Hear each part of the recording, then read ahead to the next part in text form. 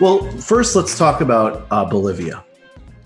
So we covered Bolivia in real time as a coup because it was just mind-breakingly obvious to anybody that it was a coup. This was a leader that maybe not as aggressively as the regime change efforts and attempts at coups that we see, it seems like on an almost weekly basis that the US projects on Venezuela from 2002 through today, that Evo was a leader that was getting pressured significantly by the United States. And you can always see this in the press coverage. You can see this in the press coverage with AMLO right now, which is another reason we need to be paying very close attention to Mexico. This, you will either see with a left-wing leader, there will either be some bogus nonsense corruption thing to demonize somebody like Lula, who you could never question. He had sterling democratic credentials. Or in the case of Evo, even though by every standard metric lifted millions out of poverty, the economy performed extremely well. And of course, as always the case, yes, there were legitimate criticisms on certain areas having to do with maybe certain parts of the government, democratic accountability, maybe some legitimate environmental concerns, definitely some legitimate environmental concerns. However, we saw AstroTurf greenwashing groups with fake environmental attacks to try to undermine his standing with global liberals. That's the role of human rights discourse and ecological discourse when they're looking to get rid of somebody they don't like, who stands in the way of Western interests. And a whole bunch of stuff about how he was dictatorial, with one thing that had any sort of weight, which was that he served 3 terms. He wanted a 4th term. That was rejected in a petition, in a referendum, and then the Supreme Court actually ended up siding with him and allowed him to serve a 4th term. Okay, but then he proceeded to go on and win a 4th term, and it was reported several months ago because the Organization of American States, which is a vassal for U.S. interests in the region, just said there's irregularities. They asserted it. And in real time, we saw the Center for, what is it? The CP, Center for Budget. Sorry? CEPR. Economic Policy Research. Yeah. So, yes. So they just showed in real time, and we talked about this on the show in real time. Actually, no, this makes total sense. Evo was leading by a certain percentage. The next votes that were going to come in are going to be even in more heavily Evo areas. He's going to win by a large enough margin to avoid a runoff. And again, no mystery, because whatever criticisms might exist, this guy's an enormously successful president who's radically cut poverty. But then everybody latched onto it. The New York Times, the Washington Post, Democratic Party leaders, Yasha Monk, Mr. Democracy. And now, of course, we don't actually have the center-right candidate who finished second. We have an extreme far-right demagogue president who's held off on elections, immediately began engaging in massacres and slaughters of supporters of Evo, indigenous people generally. It's literally Christian theocratic fascism. And now, I guess we give the New York Times a little bit of credit. I would have thought that this would have happened like in another 3 years. But on the heels of a report from the Washington Post a couple of months ago, the New York Times now is also coming out and admitting, gee golly, looks like Evo actually won. Yeah. It's very odd to be in a moment like this where the half-life of the official papers of record coming to terms with it. It used to be like Cy Hirsch in the 70s uncovering some shit that happened in the 50s, right? Like the time shortens, and it's creating pressure. And I mean, what effect that pressure eventually has on the power structure remains to be seen, I guess. Right. I think it's important, though, that people aren't misled. The New York Times came out covering a study that was done by a group of professors that basically said that the OAS's results were not able to replicate them, right? What the CEPR said immediately, right?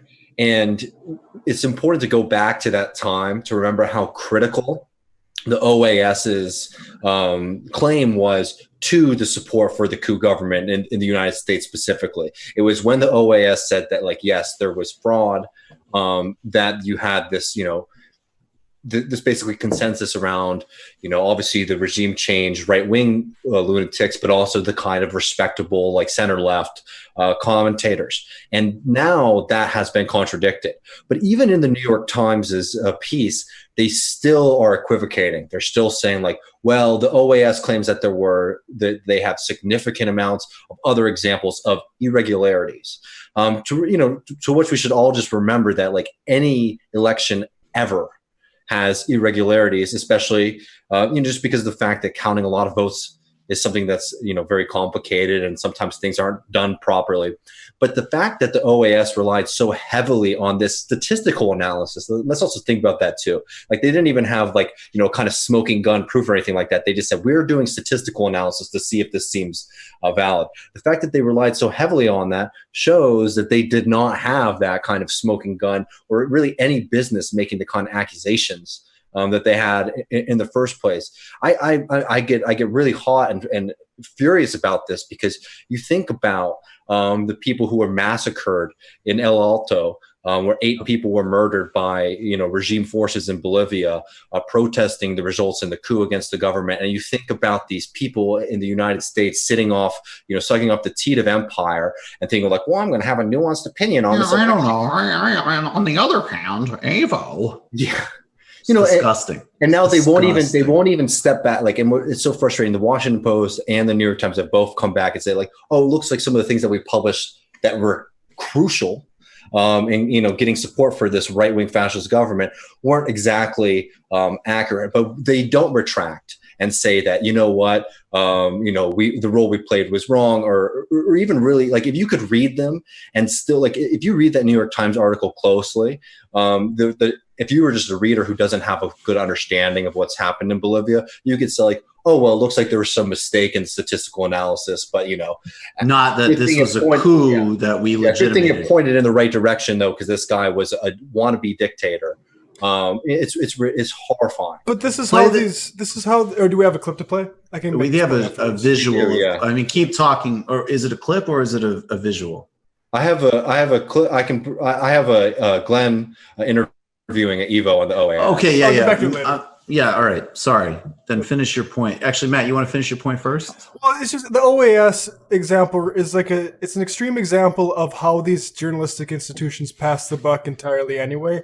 This was illustrated to me when I was a fact checker over in London. And basically what you do when you're a fact checker is look for a think tank that's done the work for you already so you can cite it. And you saw this with Jake Tapper and the Medicare for All thing too, just citing some, BS, like, well, it's concern trolling about Medicare for All, because all these papers are understaffed. Like, even the biggest ones have cut their newsrooms. So nobody actually has the brain power to disinterestedly investigate these things. And yeah, like, the New York Times and Washington Post are more than happy to have organizations like the OAS to say, like, well, they said, and that's their job, and don't look at us. But of course, they would never interrogate how an organization like that could get that so wrong. Right. Exactly. This is Evo Morales elaborating on this in an interview with Glenn Greenwald that took place, I think, about a month after the coup. Yeah, it's December 3rd, if I'm remembering correctly. Let's talk about the United States and the role it played in your removal from the presidency. Leftists in Latin America have long distrusted the Organization of American States as a tool of the U.S. State Department. That was the first organization that raised the possibility that there was fraud in the election. And I know your arguments about the election, so I'd like to leave those to the side and instead ask you, can you talk about what exactly the role is of the United States in the Organization for American States? La OEA es el mejor instrumento de dominación. La OEA, ahora me he convencido personalmente, no está con las familias humildes, no está con los pobres, no respeta la soberanía de Estados. La OEA no respeta la democracia. La OEA es uno de los instrumentos golpistas. Cuando llegué a la presidencia del 2006-2007, un hermano víctima de las dictaduras militares, asilado o exiliado, ¿qué me decía? Presidente Evo, cuídese de la embajada de Estados Unidos. Pregunta por qué. Donde hay embajada de Estados Unidos hay golpes de Estado. Menos en Estados Unidos, porque en Estados Unidos no hay una embajada de Estados Unidos en Estados Unidos. ¿Y por qué expulsamos al embajador de Estados Unidos? Y estaba conspirando, estaba planificando golpes. En los 13 años no sé cuántos golpes derrotamos, pero esta vez no derrotamos. So There it is. Yeah. There it is. Can Yeah, I just say something that Yeah. was so harrowing, just like in our life, about this this coup? I remember when you interviewed Zizek.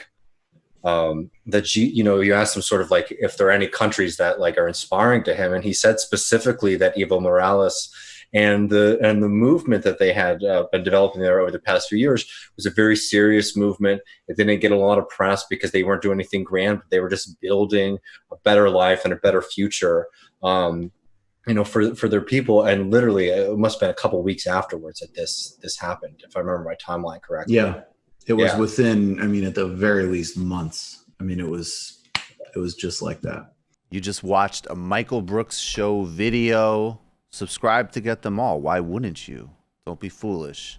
Click subscribe below and become a patron as well. Patreon.com/TMBS. Thanks, everybody.